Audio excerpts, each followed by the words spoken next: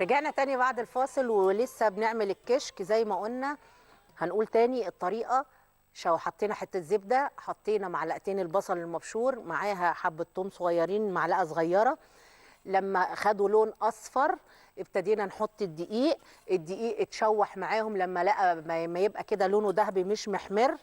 تمام. بنبتدي بعد كده نحط الشوربة، وبعد كده نحط اللبن مع الزبادي ندوبهم مع بعض، وبنبتدي نقلب كده اهو.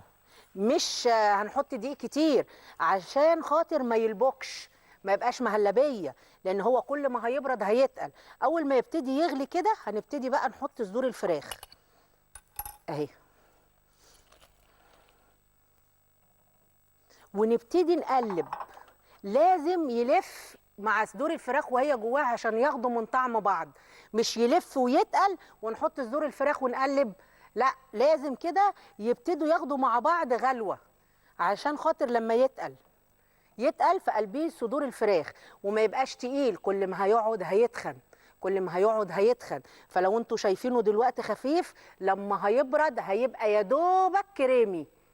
لكن لو من البدايه وهو جوه الحله هو بيغلي تخين، عبال ما هيبرد هيبقى يتحول لجبس.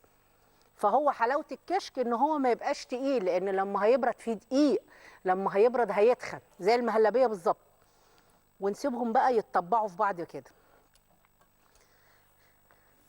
استاذه هدى. ايوه مع حضرتك. اهلا يا استاذه هدى. اهلا يا استاذه غاليه يا جميله. اهلا بيكي يا ست الكل. انت اسم على مسمى يا قمر. ربنا يخليكي، ده انا لسه بقول ابعد عن الشر وغني له. ده انت قمرايه يا سكر، يا رب يخليك ويا بخت جوزك وولادك بيك يا قمر. ربنا يخليكي يا ست الكل. قولي لنا ايه رايك في الموضوع ده؟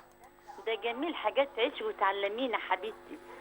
لا، ده انا بتعلم منكم صدقيني. انا عاوزه بس اعرف رايك في الموضوع اللي احنا كنا بنقول ان لو الحاجه زادت عن حدها تتقلب ضدها. يا رب خليك. قولي لي رايك ايه؟ سؤال بعد اذن حضرتك يا استاذه اتفضلي اتفضلي.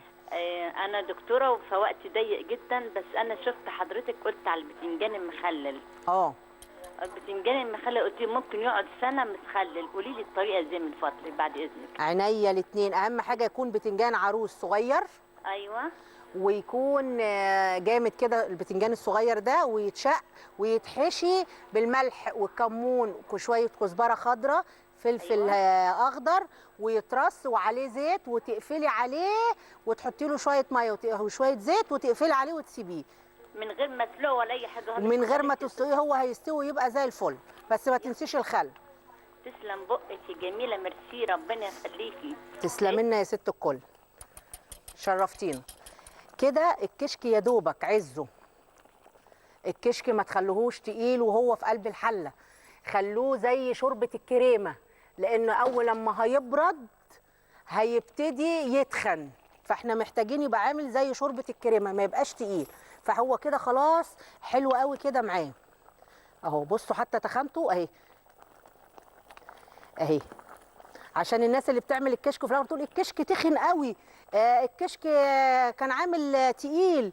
فانتوا ما تحطولوش دقيق كتير، ولازم تحطوا الفراخ معاه بالشكل ده، تاخد وتدي معاه شويه عشان تخرط الطعم، عشان الطعم يخرط عليها.